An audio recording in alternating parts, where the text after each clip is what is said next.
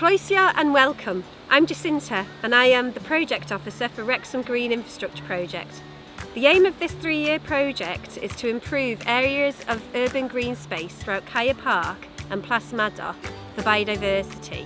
The project also aims to inspire and enable local communities to access their green spaces, to learn about the nature on their doorstep through a series of free events and activities.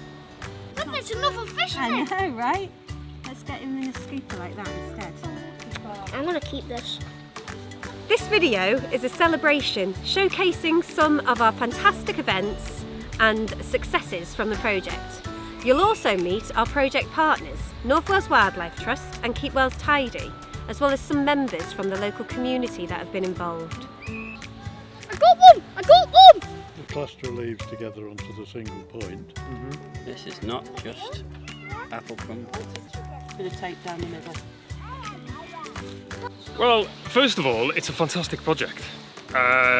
Mainly because it's looking to improve the green areas, and not just any old green areas, but green areas in socially deprived, socioeconomically deprived areas. So you're not only having an influence on biodiversity and improving green spaces like we're doing here with this wildflower meadow and bird orchard, but you're also having an impact on people's lives. My involvement in this project has been as a community project officer, is to work directly with community groups of volunteers on litter picks around Kaya Park and over in Maddock as well.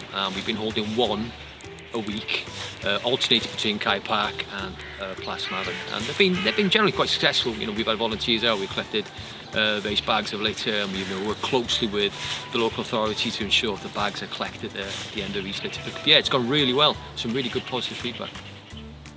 So being involved with the Green Infrastructure Project has allowed us to do a lot more activities than we would have done normally. So that's included things like planting a wildflower meadow outside the playground and a fruit orchard as well. We've run an eco summer school over the summer holidays. We've later in the year gone and scythed the wildflower meadow and learned how to do that with volunteers and children. And then we've done tree planting and hedgerow planting that's involved the local community and children as well. We wanted to take these areas of urban green space, add some more transformations to them, and then invite local residents to get to know it, to enjoy it, take ownership and pride in their local green spaces, because these areas are so beautiful and people just don't know enough about them, you know. So it's about changing the face of these different estates and celebrating the green spaces that they've got here. You caught a moth. You Yeah. caught a moth as well, didn't you? We didn't put that down. The winds are blown out to see what's going to happen to the leaves. There are 3 different aspects to our events programme. So we've got the one-off events, we've got training workshops, and then we've got our regular weekly groups or clubs, if you will. We've got a gardening group in Maddock, which is for people living in the extra care facility there. The residents of Telford are quite keen gardeners, but they didn't have anywhere that they could use which was accessible, because they may be living with mobility issues or health conditions. Originally we wanted planters so that we could give all the residents something to look at. We've planted bulbs, we've planted flowers, we've planted all sorts of things.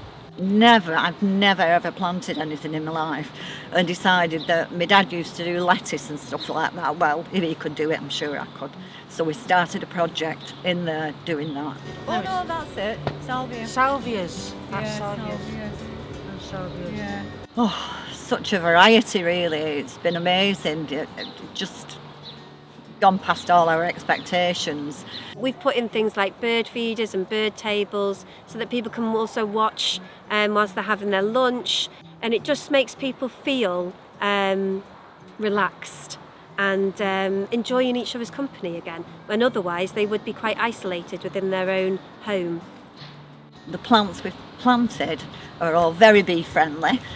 and it's just been amazing, really. I hadn't realised just the colours, the smells, and just it's like medication, really. And we've started with soup, and we've had an open fire and stories, and we've got to know each other a little bit better. I think that's been another thing. We've got to hear and see people's stories. We're really chuffed with what we've achieved. I've enjoyed everything about the gardening project. It's been lovely. I'm just the odd bod man. Fetch and carry, and done a lot of brews as well.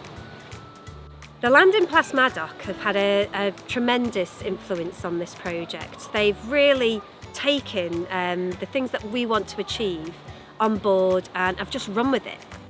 They've not only commissioned a load of raised beds for the gardening group that I talked about, they've also created like a little nursery within the land itself, which is an adventure playground, for all of our pollinator beds.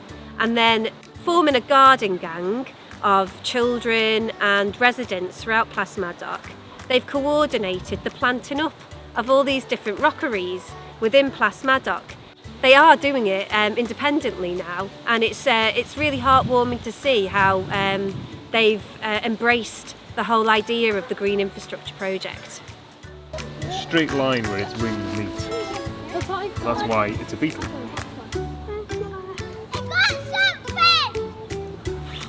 So the kids this morning have basically been doing a Bioblitz. So the children have been pond dipping or river dipping. They've been out with their sweep nets catching butterflies and moths and bees and identifying them, and also looking in the woodland habitats, looking under logs and underneath rocks and in the leaf litter to find different types of bugs. Children will find a species and shout to other children who all come to look. There's a real interest in those sorts of things that's been created as a result of the project, as a result of their time playing outside. 11, 12, 13. 13 flies and hoverflies. Let's put a caterpillar on there. It's been lovely because the children have, it's just discovering, isn't it? You know, they're discovering as they're enjoying themselves. Why are they so busy flying around the flowers here? To get honey. Yeah, they collect pollen. We got a butterfly. And then we've also got a forest school for the local nursery, and that's working with children as young as 2 years old to learn about their natural environment and just have play outdoors. I mean, yesterday it was absolutely belting it down with rain, and they were raring to go. They all just flooded the space. They really enjoyed being outdoors, splashing in all the puddles and getting their hands dirty, and it was just so lovely to see the way that they have grown in confidence, enjoying their space, their natural space. So we've got two fish. Oh, and a big shrimp. So we've recently had our Celebrate Autumn Day, and that was such a delightful day. The sun was shining, and we had people coming to us to learn about how to apple press from the fruit orchard that we'd planted, as well as some campfire cooking with Woodland Classroom. We also did this huge, beautiful mural which depicted a seasonal change throughout the year of a tree. And the children who got involved just made it their own, and it was really beautiful.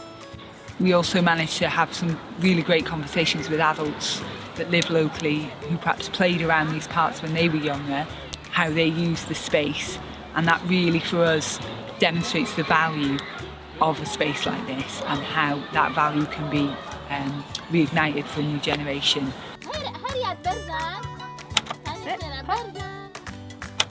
And then let's go down another line. Okay, so you do that.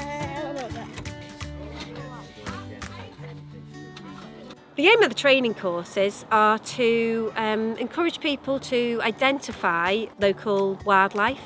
So, for example, we've done butterflies and wildflowers, and trees in the local area. So we invited communities, families to come to these different workshops where they'd learn about butterfly ID as well as practical on-the-ground survey techniques. Leaves are broadly elliptical, hairy at the edge and on the undersides. Well, we've been teaching people how to scythe. So the staff have been out, they've been learning how to scythe, the children have been helping with making hay, so we'll have this fantastic hand hay baler, and the children have been able to make their own bales of hay. So we had North Wales Wildlife Trust join us that afternoon, and it was quite a sight for some people. They'd never seen a scythe before, and they were a bit sort of unsure about how to use it, but soon enough they got really stuck in, the children and adults alike.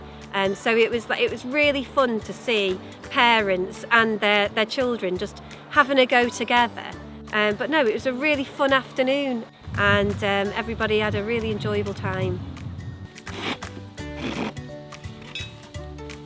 And I think in a setting like this, a small meadow next to a community-run site, there is opportunity and potential for that community to manage that site. And that's what we're trying to do here. We're trying to link the site with the adventure playground. We had parents, children, staff, volunteers, everybody giving it a go and learning a new skill all together. They've really taken ownership of the wildflower meadow that lives outside the playground there. You know, at some point in the future, it'd be nice to come back to Kaya Park and see people with their straw hats on in the meadow, scything away and creating some wonderful herb-rich hay, and managing these habitats for the long term. So I think it's a wonderful project, and I think it's going to come on leaps and bounds over the next few years as well.